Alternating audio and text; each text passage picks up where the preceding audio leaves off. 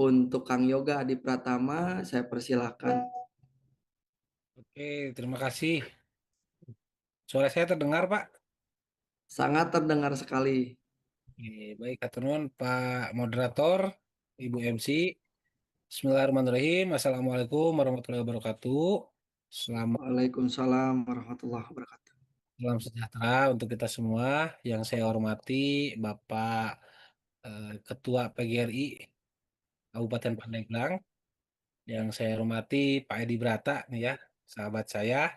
Nanti kita ketemu lagi Pak ya, tanggal 12, 13, 14 di. Siap, siap, Kang Yoga, siap. Dan yang saya banggakan tentu Ibu Bapak peserta webinar kegiatan KKR apa dan bagaimana begitu ya. Jadi kita hari ini akan menjawab dua pertanyaan sebetulnya, simpel ya, apa dan bagaimana begitu. Ini saya share screen. Pak moderator, saya sampai jam berapa Pak? Kapan tuh latihan? Oke. Halo Pak. Ya, diberikan kesempatan 30 menit, Bapak. 3 menit. Mudah-mudahan cukup. Baik nanti. Nanti soalnya ada sesi tanya jawab juga, Pak. Jadi 30 dengan Bapak, nanti 30 lagi dengan best practice dari ketua APKS kita. Oke, siap. Ini Mangga Bapak, lanjutkan. muncul ya Ibu Bapak ya. Oke, sudah muncul ya, baik. Bismillahirrahmanirrahim, Bapak Ibu. Jadi kokurikuler ini tidak asing ya, mungkin bagi Bapak Ibu ya, bagi kita semua. Kebijakan Kurikulum Merdeka versi Nadiem Makarim, kokurikuler ini kita sama-sama sebut Aku di mana? P5 Umi, ke mana ya Umi? atau Ya, lipstick nak. Umi, ke mana di rumah? Ibu dan Bapak yang belum di-mute, silakan di-mute dulu. Bisa lanjut ya. Nah, jadi dulu atau kemarin itu kita sebut P5 begitu ya, tapi kenapa kok diganti gitu Pak Yoga padahal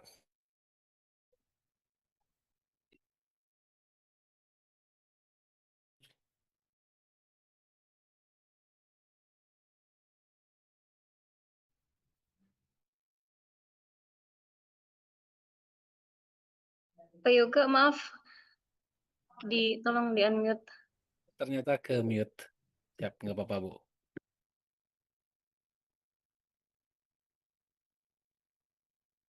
Oke, sudah muncul kembali ya. Baik, cek cek. Nah, Ibu Bapak kemarin kan P5 tuh. Nah, sekarang eh, sedikit ada perubahan begitu ya. Jadi kita sama-sama sepakati namanya sudah bukan lagi P5 tapi jadi kok kurikuler. Oke. Ini tadi profil singkat saya bahwa saya kemarin alhamdulillah membantu kementerian, membantu Puskurjar untuk menyusun panduan kok kurikuler. Nah, Bapak Ibu, sebelumnya Bapak Ibu udah baca belum panduannya begitu ya? Atau udah atau ada yang baru lihat yang warna hijau ini, panduan kokurikuler yang warna hijau? Boleh kalau ada yang baru pertama kali lihat bisa chat di grup atau chat di meeting chat ini nih. Atau sudah lihat semua? Cek. Halo, halo. Atau ada yang baru lihat nih, Bapak Ansarudin SMP 3. Ibu Siti Jaujah juga baru lihat, Bu Ropiko dan lain-lain dan masih banyak ternyata ya. Oke, padahal sebulan lagi ya kita mau bagi rapor ya. Nggak apa-apa Bapak Ibu. Alhamdulillah ini ada kegiatan ini. Jadi nanti kita bisa fasilitasi bagaimana cara menuliskan nilai kokurikuler di rapor inti. Karena yang kebijakan sekarang rapor P5 sudah tidak ada, tapi nilai atau deskripsi P5, mohon maaf deskripsi kokurikulernya itu dicantumkan di rapor inti begitu Bapak Ibu ya. Nah, kenapa diganti P5? Mungkin pertanyaannya selain apa dan bagaimana kita dari mengapa dulu ya. Why? Kenapa diganti kok P5? Padahal saya itu udah kerasan sama P5, P5 itu senang, menyenangkan dan lain sebagainya. Baik Bapak Ibu, secara evaluasi memang P5 itu dilaksanakan tidak sesuai dengan panduan. Jadi masalahnya di implementasi. Dulu P5 itu dimaknai proyek penguatan profil pelajar Pancasila. Tapi yang terjadi kan jadi proyek penguatan pesta pora gitu ya. Jadi meriah, Pak meriah-meriah, para rame begitu ya. Nah, itu yang jadi sorotan yang menghabiskan biaya tidak sedikit. Kemudian yang kedua, P5 ini menjelma jadi entitas baru yang mana ada rapornya sehingga ini akan menyulitkan guru begitu ya untuk membuat pelaporan. Nah, itulah yang menyebabkan kokurikuler itu yang tadinya P5 sekarang dikembalikan ke hitohnya yaitu menjadi kokurikuler. Nah, kok kenapa saya yang diminta menyusun Bapak Ibu? Saya juga jujur tidak tahu ya kenapa saya yang menyusun, tapi sebelumnya saya pernah menulis buku. Judulnya Pengembangan Kokurikuler.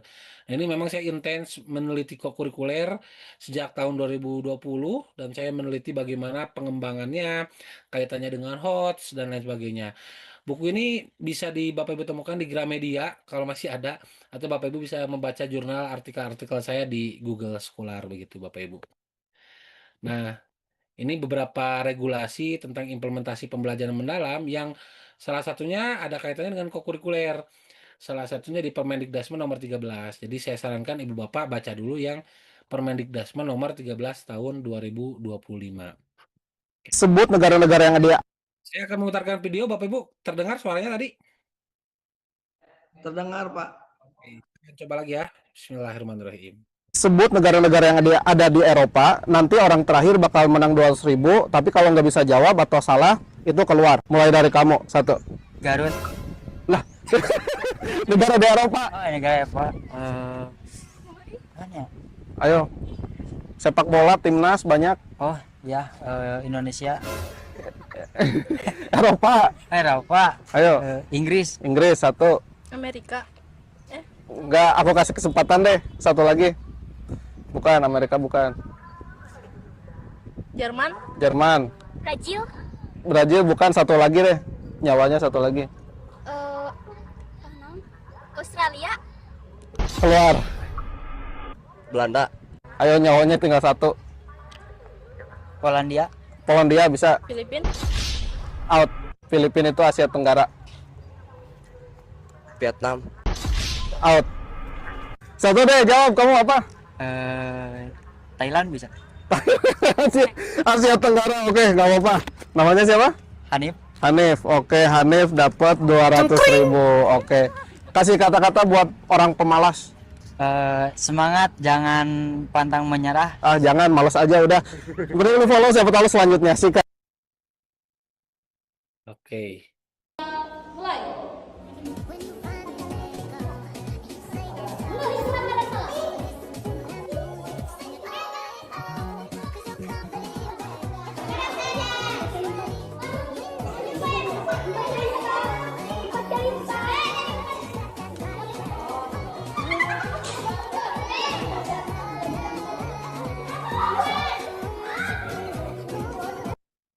Oke, Bapak Ibu bagaimana nih perasaannya setelah melihat 2 video tadi? Itu banyak banget ya video-video lain yang serupa, tapi saya cuplik 2 video yang tadi, yang mana menggambarkan bahwa kemampuan siswa kita itu memang mengkhawatirkan lah bisa dibilang ya. Bagaimana dari skor PISA aja 99% anak-anak kita itu berada di tataran LOTS, Lower Order Thinking Skill. Sementara kurang dari 1% yang sudah memiliki Higher Order Thinking Skill. Nah, ini kan berarti menunjukkan bahwa ada masalah yang akut dalam pendidikan kita, begitu Bapak Ibu ya. Selain daripada ini, kita juga mengetahui bahwa rata-rata IQ kita itu adalah 78,49, yang mana kalau kita maknai ini, saya juga nggak tega ngomongnya begitu ya Bapak Ibu. Tapi ini terjadi dan ya mungkin kita bisa lihat fenomena-fenomena yang sekarang terjadi. Misalnya di Sibolga, ada anak atau ada mahasiswa yang sedang ingin beristirahat di masjid. Tapi apa yang terjadi? Ditegur, kemudian karena anak tersebut capek, mungkin tetap tidur, akhirnya disiksa, bahkan kepalanya dilempari kelapa yang sampai akhirnya meninggal si anak tadi. Padahal dia hanya numpang istirahat. Saya berkeyakinan bahwa keempat orang yang menganiaya anak tadi sampai meninggal itu tidak orang jahat, bukanlah orang jahat begitu Bapak Ibu ya. Tapi ya ini mungkin rata-rata IQ yang memang rendah, kemudian juga kaitannya dengan empati begitu Bapak Ibu kan jadi masalah. Selain kasus yang tadi, Kita juga pernah disuguhkan kasus korupsi besar dari suaminya Sandra Dewi, gitu ya, triliunan. Tapi apa yang dilakukan oleh netizen? Siapa yang dihujat? Yang dihujat adalah Dewi Sandra, padahal Sandra Dewi dan Dewi Sandra berbeda. Nah, ini tuh terjadi di sebagian besar media sosial kita ya. Sering kita disuguhi kekonyolan-kekonyolan atau bahkan sampai kejadian yang mengenaskan begitu ini yang mungkin jadi gambaran rata-rata IQ di Indonesia. Kemudian juga kita tahu bahwa produktivitas kita itu rendah, hanya 54%. Kita tahu negara lain mungkin bisa bikin 100 donat tuh sehari, tapi kita itu cuman bisa bikin 54 donat sehari. Donatnya pun donat pingkan mambo, begitu ya. Jadi ini menyedihkan sekali begitu Bapak Ibu. Kemudian prevalensi stunting kita 27%, besar loh. Dari 100 anak, 27 anak yang stunting. Stunting itu kan artinya anak tersebut mengalami keterhambatan di bidang bahasa dan juga logika begitu ya. Ini kan jadi berbahaya begitu. Kemudian data lain dari bukunya Ahmad Rizali ini bahwa murid dengan rata harapan sekolah sampai dengan jenjang SMA kelas 2 hanya mampu menggapai capaian kompetensi murid jenjang SD kelas 6. Artinya ada 4 tahun loh kesia-siaan anak-anak kita di sekolah. Anak SMA kelas 2 itu sama kemampuannya dengan anak kelas 6 SD. Ini kan jadi berbahaya gitu ya. Ini kan jadi masalah-masalah yang perlu kita pikirkan bersama begitu Bapak Ibu. Dan solusinya ya hanya pendidikan begitu dan kebetulan kita bukan kebetulan ya, Allah menakdirkan kita sama-sama berada di bidang yang sama yaitu pendidikan. Jadi ini PR kita semua Bapak Ibu. Nah, kita juga tahu begitu ya bahwasanya dalam pengorganisasiannya atau dalam intervensi untuk bisa memperbaiki kualitas proses, pemerintah tuh membuat bagan gitu ya. Nah, bagan ini menggambarkan bahwa ada 4 intervensi yang perlu kita lakukan. Yang goalsnya adalah dimensi profil lulusan. Goalsnya adalah memperbaiki kualitas SDM. Apa aja itu? Intra, kokurikuler, budaya satuan pendidikan, dan juga ekstrakurikuler. Keempatnya perlu sama-sama simultan mendorong ketercapaian dimensi profil lulusan. Begitu Bapak Ibu. Nah, inilah yang kita coba dorong sama-sama, kita upaya perbaiki sama-sama agar tidak terjadi lagi penurunan kualitas masyarakat di Indonesia. Begitu Bapak Ibu. Nah, salah satu kebijakan dari Pak Menteri yang sekarang adalah pendidikan bermutu untuk semua dan turunan kebijakannya adalah pembelajaran adaptif dan bermakna yang kemudian sama-sama kita pahami sebagai PM atau pembelajaran mendalam begitu Bapak Ibu. Nah, kenapa ini perlu dijelaskan di awal? Karena PM itu menjadi core dari baik intra, ko maupun ekstra dan juga budaya satuan pendidikan. Jadi PM itu tidak hanya miliknya intra, kok juga tetap core-nya adalah PM begitu Bapak Ibu. Nah, sekarang kita masuk ke kokurikuler. Apa sih kokurikuler? Nah, ini sebetulnya definisi yang sesuai dengan kajian akademis. Jadi definisi umumnya bahwa kokurikuler itu dilaksanakan untuk penguatan, pendalaman dan atau pengayaan kegiatan intra. Nah, tapi dalam rangkanya adalah dalam rangka pengembangan kompetensi terutama penguatan karakter. Nah, Bapak Ibu ini yang perlu kita pahami bersama bahwa dalam definisi ini kita pahami kokurikuler memiliki kewajiban untuk memotret DPL murid. Itu Bapak Ibu ya. Jadi, kenapa bukan intrakurikuler? Nah, karena intrakurikuler itu kompetensinya ke CP. Kalau kokurikuler kompetensinya ke 8 DPL. Begitu Bapak Ibu. Nah, sehingga nanti pada prakteknya kokurikuler itu perlu disusun secara terencana, kemudian di dalamnya ada prinsip PM, kemudian dilakukan asesmen. Jadi, tidak bisa semua kegiatan yang Bapak Ibu laksanakan di sekolah itu disebut dengan kokurikuler. Misalkan Bapak Ibu di sekolahnya kedatangan Yakul lah atau Cimori, misalnya. Nah, apakah itu bisa dimasukkan ke JP Kokur? Nah, belum tentu. Kalau misalkan tidak disusun secara terencana, kemudian tujuannya tidak ke DPL, apalagi tidak dilakukan asesmen ya hanya bagi-bagi produk, nah itu bukan termasuk kok kurikuler begitu Bapak Ibu ya. Nah, kemudian kompetensi apa yang dicapainya? Itu 8 dimensi profil lulusan. Nah, sehingga Ibu Bapak penting sekali mengakses alur perkembangan kompetensi yang ada di keputusan Kepala Beskap nomor 58 HKR 2025. Ini penting Bapak Ibu baca karena Bapak Ibu akan membuat deskripsi kok kurikuler di rapor inti.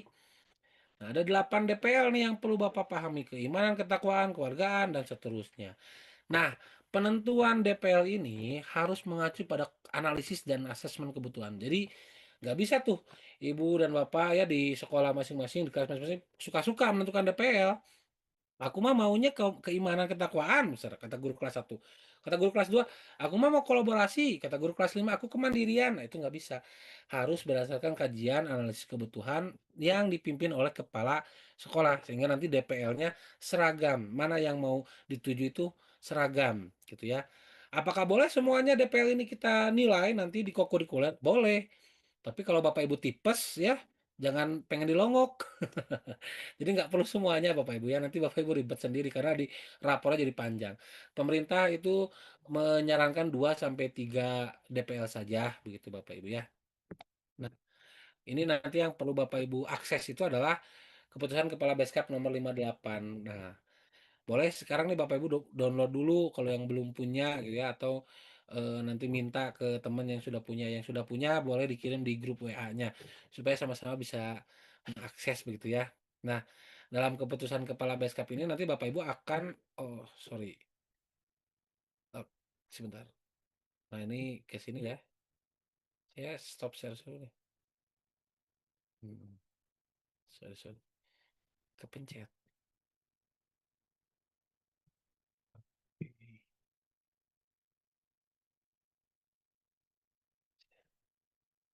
Sebentar Ibu.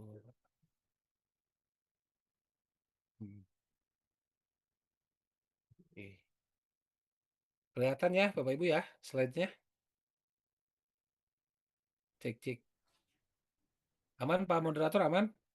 Aman kelihatan Pak, Nah, ini ya yang perlu Bapak Ibu akses begitu. terlihat Pak, jelas. Nanti Bapak akan nanti Ibu Bapak akan me- melihat bahwa dalam keputusan Kepala Beskap itu ada namanya subdimensi. Jadi masing-masing dimensi ini punya subdimensi. Kemudian juga kita akan diperlihatkan alur perkembangannya. Nah, alur perkembangannya itu hanya 3, berkembang, cakap, mahir. Tapi Bapak Ibu boleh kok mengembangkan yang lain, misalkan aku mau 4, sangat baik, baik, cukup, kurang, boleh gitu ya. Tapi yang ada di keputusan Kepala Beskap itu hanya yang ini, berkembang, cakap, mahir. Nah, ini perlu Bapak Ibu pahami karena nanti Bapak Ibu akan membuat rubrik. Nah, rubrik ini dalam kokurikuler penting. Nah, itu jadi dasar pengambilan data yang akan Bapak Ibu tuangkan di rapor. Kemudian, nah Bapak Ibu, ini nih, bagaimana sih karakteristik kokurikuler gitu, bagaimana kegiatan apa sih sebetulnya banyak kegiatan yang udah Bapak Ibu laksanakan itu bisa jadi kokurikuler. Nah, catatannya hanya 4 kriteria. Pertama, kegiatan tersebut harus tujuannya memperkuat satu atau lebih dimensi profil lulusan. Jadi kalau Bapak Ibu punya gerakan literasi, nah itu bisa jadi kokurikuler loh. Tapi harus tujuannya ke DPL. Misalkan apa DPL-nya? Oh, penalaran kritis Pak sama kreatif bisa tuh ya. Jadi si gerakan literasi masuk ke kokurikuler. Yang kedua, tema sebagai muatan. Nah, ini penting ya Bapak Ibu. Jadi wajib ada tema. Kenapa wajib? Karena salah satu pengalaman belajar itu perlu ada muatan. Kalau di intra, muatannya itu adalah mapel. Kalau di kokurikuler, muatannya adalah tema. Nah, temanya mah enggak, Ibu Bapak silakan kembangkan sesuai dengan kebutuhan sendiri. Jadi tidak dikunci lagi temanya harus gaya hidup berkelanjutan, harus kearifan lokal gitu ya. Nah, enggak, sekarang mah disesuaikan dengan kebutuhan. Boleh nggak temanya untuk satu sekolah? Boleh. Boleh untuk satu kelas? Boleh. Untuk satu fase? Boleh. Silakan disesuaikan. Yang penting DPL yang ditentukannya sama. Oke, kemudian alokasi waktunya itu dikelola secara fleksibel Bapak Ibu. Kalau dulu mungkin ya 200 JPT dibagi dua, 100 di semester 1, 100 di semester 2. Sekarang mah enggak. Silakan Bapak Ibu misalkan 200 JP 150 di semester 1, 50 JP semester 2 boleh. Mau beberapa kali kokurikuler juga boleh. Yang penting di ending sekolah itu bisa menyelesaikan JP kokurikuler itu sendiri. Nanti di akhir akan dijelaskan berapa aja sih JP-nya begitu ya. Kemudian ada kegiatan yang terencana. Jadi ada serangkaian tujuan, langkah-langkah, pelaksanaan asesmen. Nah, inilah yang membuat kegiatan yang Bapak Ibu laksanakan kalau spontan dan tidak terencana itu tidak bisa disebut dengan kokurikuler. Jadi kalau kegiatan-kegiatan yang apa one shot event atau event tunggal, misalkan PHBI lomba 17 Agustus, misalkan itu nggak bisa masuk ke JP kokurikuler karena event tunggal saja satu kali udah selesai begitu ya. Nah, itu perlu kita pahami bersama. Nah, jadi kesimpulannya kompetensinya ke 8 DPL, muatannya ke tema, beban belajarnya, alokasi waktu. Nah, Bapak Ibu pasti bertanya-tanya ya, beban belajarnya kan untuk alokasi waktu 1 tahun. Nah, ini dari mana sih sumbernya? Ini itu Bapak Ibu kalau lihat struktur kurikulum diambil 1 JP dari masing-masing mapel begitu ya. Matematika nyumbang, PJOK nyumbang, PAI nyumbang, kemudian bahasa Indonesia nyumbang, masing-masing 1 JP. Yang tidak nyumbang 1 JP itu adalah mulok. Kenapa? Ya udah mah 2 JP, masa nyumbang lagi ya, habis. Jadi yang Bapak Ibu laksanakan tuh bahasa Indonesia kan harusnya 7 JP. Tapi karena diambil 1 JP kokur, maka jadi 6 JP. Matematika harusnya 6 JP, karena diambil 1 JP kokur, maka jadi 5 JP. Oleh karenanya Bapak Ibu nggak perlu merasa, aduh ini tugas tambahan lagi nih, ini baru lagi nih. Enggak. Karena ini JP-nya udah diambil dari intra loh. Sehingga tidak akan ada penambahan beban. Nah, justru kalau Bapak Ibu misalkan tidak melaksanakan kokurnya, ya bisa jadi Bapak Ibu masih berhutang 1 JP begitu Bapak Ibu ya. Oke, nah sekarang bagaimana nih cara melaksanakannya? Nah, ada 3 cara yang ditawarkan oleh pemerintah, Bapak Ibu ya, oleh Kemendikbudrismen. Yang pertama, pembelajaran kolaboratif lintas disiplin ilmu. Ini seperti dengan tematik integratif atau pembelajaran berbasis STEM. Jadi Bapak Ibu menentukan dulu DPL-nya, kemudian temanya mau apain, terus Bapak Ibu konekkan mapel-mapel apa sih yang cocok untuk mendukung dari mapel atau dari kokurikuler ini, gitu Bapak Ibu ya. Yang kedua, itu adalah 7 kebiasaan anak Indonesia hebat. Nah, Bapak Ibu juga bisa merancang G7KI tapi dalam framework kokurikuler. Oh, kalau begitu Pak, saya kan di sekolah udah ada senam Indonesia hebat nih tiap hari Rabu misalkan ya. Berarti saya udah kokurikuler. Belum tentu Bapak Ibu. Karena G7K ini bisa masuk ke kokur atau bisa masuk ke budaya satuan pendidikan. Kalau anak-anaknya datang ke lapangan, kemudian anak-anak senam, setelah senam pulang ke kelas dan melanjutkan aktivitas seperti biasa, nah itu bukan kokurikuler. Lantas bagaimana kalau senam ingin jadi kokurikuler? Misalkan Bapak Ibu membuat perencanaan dulu begitu ya. Tujuan DPL-nya apa sudah ditetapkan di awal. Nah, Bapak Ibu ngajak anak-anak, "Anak-anak, ayo kita senam, senam Indonesia hebat." Oke, senam, udah senam anak-anak yuk ke kelas, yuk refleksikan bagaimana perasaan kamu setelah senam, apa yang terjadi pada tubuh kamu, tulis. Setelah itu besoknya, yuk kita senam lagi, udah senam lagi, kemudian direfleksikan lagi, dibuat analisis gerakan senamnya udah bagus atau belum. Kemudian besoknya anak-anak yuk mengamati yuk gerakan senam yang ada di Indonesia. Sudah, diamati, diamati, diamati.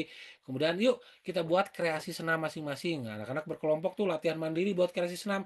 Nah, setelah itu yuk kita lomba senam antar kelas. Nah, itu bisa jadi kokurikuler G7KI yang bagian berolahraga gitu Bapak Ibu ya.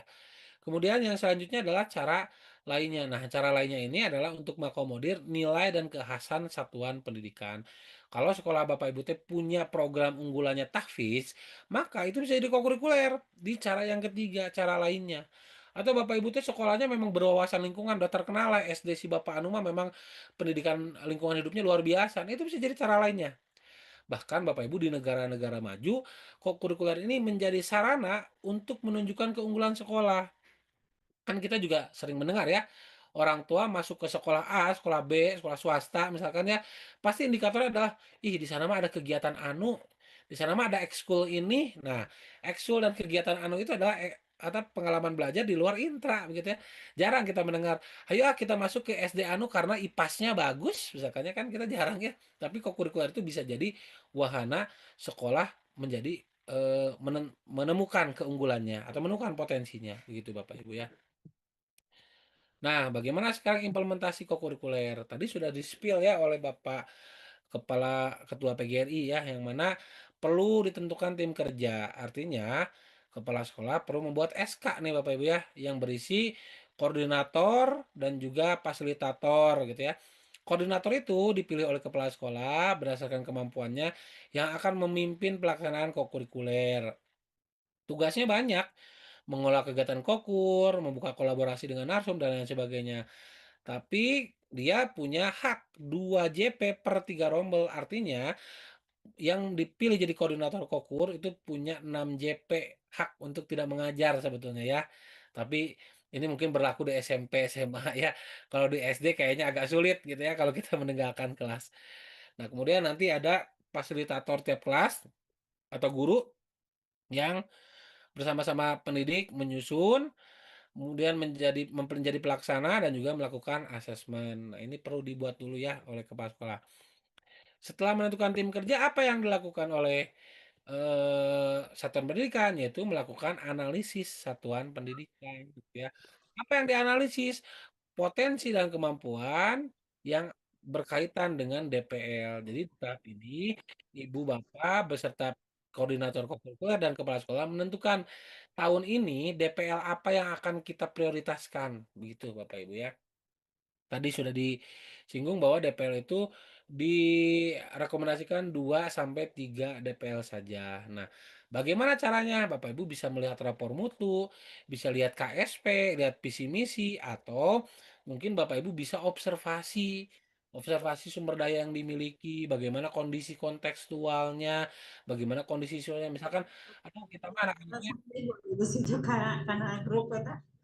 kurang banyak ngadoa sok diheureuikeun misalkannya. Nah, berarti itu kan bisa jadi beriman bertakwa karena guru mah jago Bapak Ibu mengobservasi luar biasa. Oke.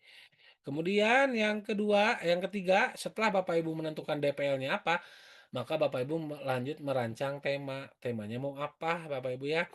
Nah, tema ini ada beberapa referensi nih ya, tapi dikembangkannya tetap oleh satuan pendidikan dan disesuaikan dengan konteks sekolah Bapak Ibu. Nah, kalau Bapak Ibu jeli di sini saya sengaja menuliskan ada gaya hidup berkelanjutan, yang mana artinya bahwa bahwa sekolah bisa loh menggunakan tema dari P5 kemarin. Jadi masih boleh begitu Bapak Ibu ya. Pokoknya temanya disesuaikan dengan kondisi Bapak Ibu ya. Kalau di sekolahnya seperti ini, berarti temanya seperti itu gitu ya. Atau Bapak Ibu mau buat tema sendiri, mangga. Aku dan teman ibuku, misalnya, salah, aku dan teman baruku, misalkannya, boleh silakan itu disesuaikan saja. Setelah merancang tema, maka ibu bapak selanjutnya adalah menyusun bentuk kegiatannya. Yang tadi ada 3 bentuk kegiatan. Silakan bapak ibu pilih yang mana. Mau yang kolaboratif lintas disiplin ilmu, gerakan 7KI, atau mau cara lainnya gitu ya. Bapak ibu bisa loh memilih 1, 2, atau ketiganya untuk digunakan sebagai bentuk implementasi kokurikuler. 1 tahun misalkan bapak ibu merencanakan 5 kokurikuler. 2 dengan kolaboratif lintas, 2 dengan G7KI, 1 cara lainnya boleh. Boleh nggak yang kolaboratif lintas semuanya? Boleh, silakan. Tidak ada ketentuan, yang penting di akhir JP-nya terpenuhi, begitu Bapak Ibu ya.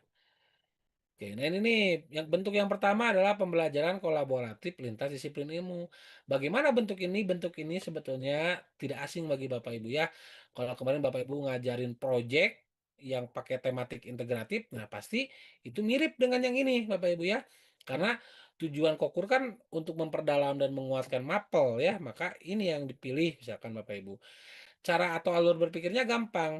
Pertama Bapak Ibu menentukan DPL, menentukan tema, baru menentukan mapel-mapel yang sesuai, menyusun perencanaan, melaksanakan kokur, kemudian terakhir evaluasi dan tindak lanjut. Nah, pelaksananya mau bagaimana? Ya pelaksananya pada intinya kan harus ada 3M ya, memahami, mengaplikasi, merefleksi, sehingga jadi dikunci tuh oleh 1-2 model. Bapak Ibu bisa discovery learning, inquiry, pembelajaran berbasis project, atau project based learning, atau problem based learning. Yang nggak boleh itu Bapak Ibu pakai project based problem, ya itu nggak boleh karena proyek yang bermasalah. Gitu, teh. Nah, jadi silakan Bapak Ibu. Nah, dalam bentuk yang pertama ini ada 2 jenis Bapak Ibu ya. Jenis yang pertama adalah jenis yang terkait dengan CP atau ada TP-nya. Nah, maka kalau lihat dari jenis yang pertama ini, Bapak Ibu perlu dulu menganalisis CP dan TP. Ada nggak nih yang keterkaitan dengan tema?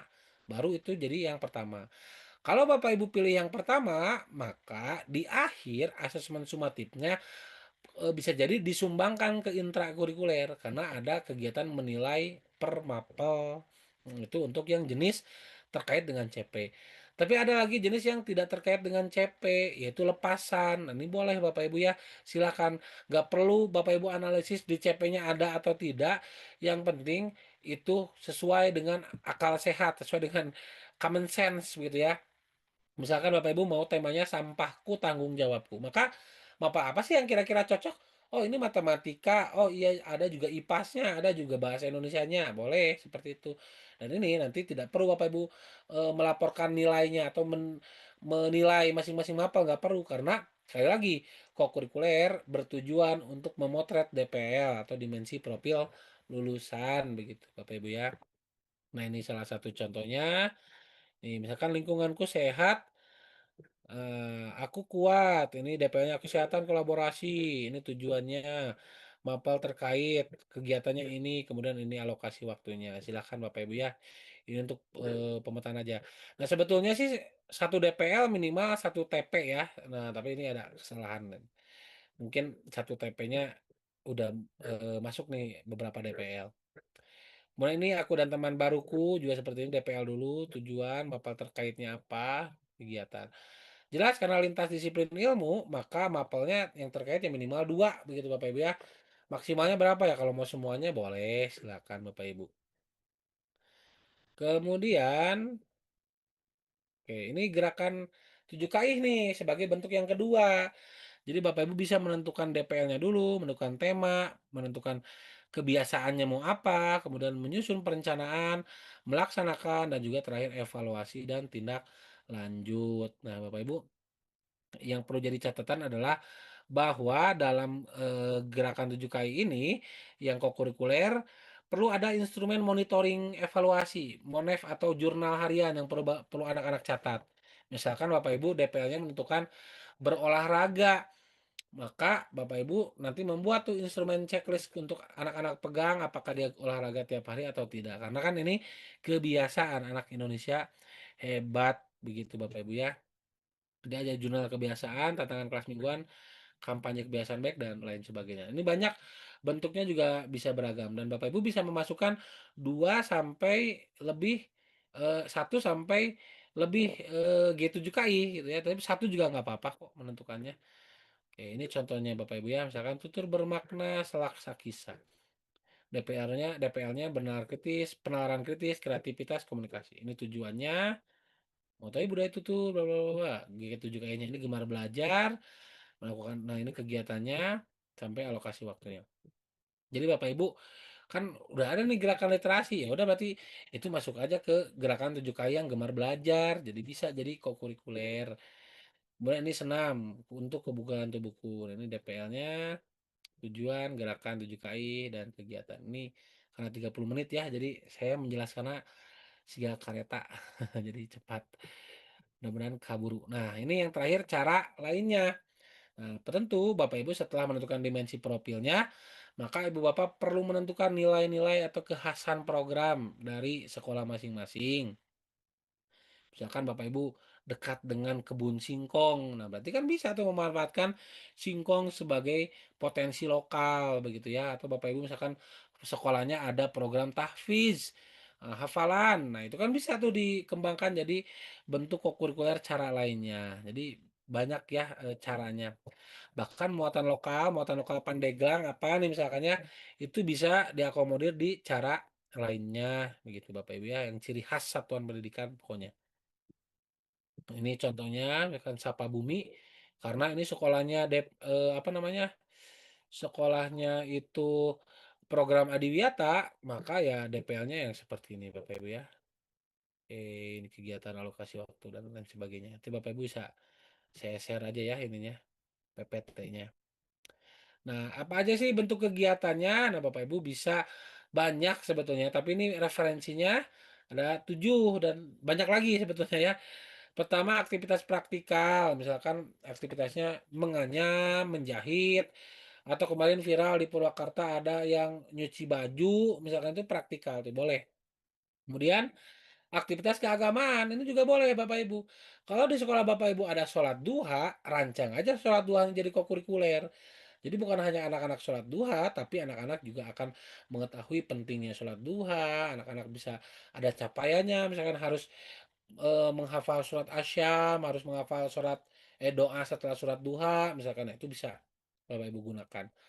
Kemudian ada kunjungan ke fasilitas umum gitu ya, studi tour dan lain sebagainya, karya wisata. Nah, ini nih bisa untuk jadi kokurikuler. Tapi perhatikan kebijakan daerah masing-masing ya. Kalau ada beberapa daerah yang nggak boleh keluar ya kan bisa outing class.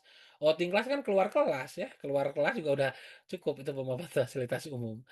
Kemudian penelitian, ini bisa tuh anak-anak juga bisa loh mampu meneliti gitu Bapak Ibu, anak-anak kan punya potensi yang luar biasa. Kemudian aktivitas berbasis riset dan studi literatur, misalkan anak-anak dibawa ke perpus, diminta untuk mencari satu tema esai, kemudian anak-anak menulis esai tentang tema tersebut berdasarkan berbagai referensi, nah itu juga bisa jadi kokurikuler. Aktivitas advokasi, misalkan anak kampanye eh, penggunaan plastik, kampanye stop bullying, itu bisa aktivitas advokasi. Kemudian terakhir pelibatan narasumber. Jadi bentuknya sih nggak 7 ini ya, tapi bisa jadi banyak bentuknya Bapak Ibu ya. Oke. Nah ini salah satu contoh keselarasan ya Bapak Ibu antara tujuan dan sumatif. Ini tujuannya nih. Nah ini kan kalau Bapak Ibu perhatikan ini tujuannya penalaran kritis. Berarti dimensinya itu penalaran kritis. Maka tujuannya menganalisis interaksi antar komponen bla bla bla bla. Ini komunikasi mempresentasikan gagasan berbagai solusi bla bla bla. Nah ini Bapak Ibu ya. Nah setelah itu baru Bapak Ibu dari tujuan tadi dibuat rubrikasi seperti ini. Kalau ini saya pakainya sangat baik, baik, cukup, dan kurang. Bapak Ibu bisa pakai yang tadi berkembang, cakap, dan mahir begitu Bapak Ibu ya. Oke, kemudian nah ini yang gerakan 7 KI, nanti Bapak Ibu bisa cermati ya sendiri. Kemudian ini untuk cara lainnya juga sama Bapak Ibu ya. Nah, ini bentuk perencanaannya Bapak Ibu. Nah, kalau Bapak Ibu jeli, sebetulnya nggak ada bedanya perencanaan kokur sama intra. Itulah mengapa jadi sama Bapak Ibu ya. Ada identitas, DPL, tujuan, praktik pedagogis, lingkungan belajar, kemitraan, pembawaatan digital, kegiatan, dan asesmen. Nah, asesmennya juga sederhana nih. Asesmennya tuh cuma catatan anekdotal untuk yang formatif. Yang sumatif baru ini adalah penilaian kinerja dengan instrumen rubrik. Sederhana kan Bapak Ibu ya, bisa lah ini mah. Apalagi dengan bantuan AI, jika nama 5 menit beres begitu ya. Oke, nah ini alokasi waktunya Bapak Ibu ya. Jadi untuk SD kelas 1 kelas 2 itu hanya 216 JP per tahun. Kalau kelas 3 4 35 itu 252 JP. Sementara kelas 6 itu hanya 224 JP karena kelas 6 kan apa namanya 32 minggu begitu ya, kalau yang lain 36 minggu. Nah, ini mangga Bapak Ibu bebas, fleksibel mengaturnya mau jadi 2 kokur, jadi 3 kokur, jadi 4 itu boleh silakan ya. Yang penting Bapak Ibu sesuaikan dengan alokasi kokurikuler per tahun. Nah, ini alternatifnya, alternatif 1 Bapak Ibu menentukan 1 hari penuh. Misalkan kita sepakati Jumat untuk kokur boleh. Atau alternatif 2 setiap hari tapi di akhir pembelajaran aja 2 sampai 3 JP, boleh. Alternatif 3 misalkan di sistem blok. Nah, ini kalau dihitung-hitung kurang lebih ya kalau dibagi 2 si JP-nya maka semester itu 3 minggu kalau di blok. Begitu. Kemudian alternatif lainnya maka disesuaikan dengan kondisi satuan pendidikan. Misalkan di bagian pengenalan itu reguler, nanti ketika aksi itu jadi sistem blok. Itu boleh sekali Bapak Ibu ya. Nah ini rapot kokurikuler. Bapak Ibu udah lihat belum rapot yang terbaru? Ada yang baru lihat? Coba boleh komen di chat. Oke, coba. Oh, belum ya, baru lihat ini ya. Oke, nggak apa-apa Bapak Ibu. Yang penting kan sekarang udah lihat. Oke ya ini. Bagian rapat mah nanti Pak Edi Brata lah ya. Tapi kalau aplikasi yang resmi dari pusatnya saya juga belum tahu ya mau ngomong ya Bapak Ibu karena saya di Puskurjar gitu ya kalau membantu. Mungkin itu bagiannya Pusdatin ya kalau tidak salah atau di mana begitu ya. Oke. Ini format laporannya ini nama seperti biasa, kemudian ini ada mapel, capaian kompetensi. Nah, di sini ada kokurikuler. Nah, kalau bentuk tabelnya seperti ini kira-kira diisi apa nih Bapak Ibu? Coba tuliskan di chat. Kalau bentuknya seperti ini panjang tabelnya kira-kira diisinya apa ini? Boleh dituliskan di chat. Deskripsi betul sekali Pak Saifullah dari SDN Sidamukti ya. Jadi deskripsi, apa sih yang dideskripsikan Bapak Ibu? Coba Pak Saifullah, Pak Bu Murianti kira-kira yang dideskripsikan apa nih di tabel kokurikuler ini? TP yang lebih spesifik ada Persepolis tujuan hasil rubriknya, ya betul ya. Tapi yang jelas yang dideskripsikan itu adalah DPL, dimensi profil lulusan. Di sini nanti ditulisnya Bapak Ibu ya. Nah, kemudian ini ada ekstrakurikuler. Nah, ini ada yang baru lagi nih. Ketidakhadiran sama di sini ada tanggapan orang tua atau wali murid. Nah, jadi ada tuh ditulis di sana. Jadi PR lagi bagi Bapak Ibu untuk mensosialisasikan kepada orang tua. Jangan sampai orang tua ngesinan nu lain-lain ya. Misalkan nulisnya bagus, mantap, luar biasa misalkan. Atau misalkan saya setuju dengan Bapak nih, anak saya nih emang kurang ajar nih ya, luar biasa. Mungkin si ibunya lagi kesal sama anaknya. Jangan ya. Kan akan terus ada di rapornya. Atau mungkin si ibunya itu adalah pejuang FB Pro, maka nulis di sini luar biasa, salam interaksi misalkan. Jadi perlu juga dibantu tuh ya. Bagaimana apa namanya? Bagaimana si tanggapan orang tua begitu Bapak Ibu ya. Oke. Nah, ini Bapak Ibu terakhir ya. Ini sudah 30 menit Pak ya. Sudah kelewat belum 30 menit? Udah pas, boleh Pak. 1 atau 2 menit lagi. Ini ya. Ya. Yang tadi ada dimensi profilnya ini, komunikasi, kemudian tujuan pembelajarannya dua, menganalisis dan presentasikan. Dari sini maka saya turunkan jadi ini, jadi rubrikasi. Nah, setelah rubrik dibuat, maka Bapak Ibu bisa melakukan input nilai. Misalkan Bapak Ibu ada anak namanya Putra. Setelah asesmen formatif sumatif, maka anak tersebut diketahui bahwa penalaran kritisnya baik, tapi komunikasinya kurang. Maka catatan pendidiknya, gagasan yang disampaikan tidak dapat dipahami, namun sudah bisa menjelaskan interaksi antar komponen ekosistem. Nah, catatan pendidik inilah yang nanti Bapak Ibu perlu buat jadi deskripsi kokur. Nah, ini contoh deskripsinya. Ananda Putra sudah baik dalam penanganan kritis dengan mampu menjelaskan 35 interaksi antara komponen-komponen yang membentuk ekosistem dan masih perlu berlatih dalam mengomunikasikan gagasan. Di sini sudah terlihat penalaran kritisnya muncul, komunikasinya juga muncul. Inspirasi yang kedua juga sama nih, malah makin sedikit gitu ya, makin pendek. Ananda Putra sudah baik dalam penanganan kritis saat mencari solusi terhadap permasalahan terkait lingkungan dan masih perlu berlatih dalam mengomunikasikan gagasan. Yang inspirasi ketiga itu makin kecil lagi, makin sedikit lagi Bapak Ibu ya. Jadi pada intinya sini gampang banget ya Bapak Ibu ya buatnya. Nah, itu mungkin Bapak Ibu ya, beberapa materi dari saya. Mohon maaf jika, ada salah kata. Nah, Bapak Ibu saya mau Bapak Ibu nih. Nah, silakan Bapak Ibu silakan boleh di-scan dulu, nanti linknya dikirim ya. Di sini ada contoh perencanaan yang kami susun di Kemendikbudristek di Puskurjar. Ini sebetulnya belum dipublish, tapi mengingat Bapak Ibu urgent nih udah mau misi rapot, udah mau ini, jadi Bapak Ibu mangga.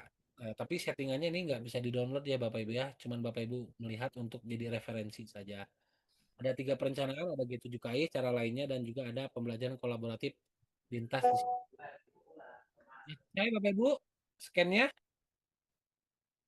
Kalau sudah selesai, izinkan saya menutup dengan pantun.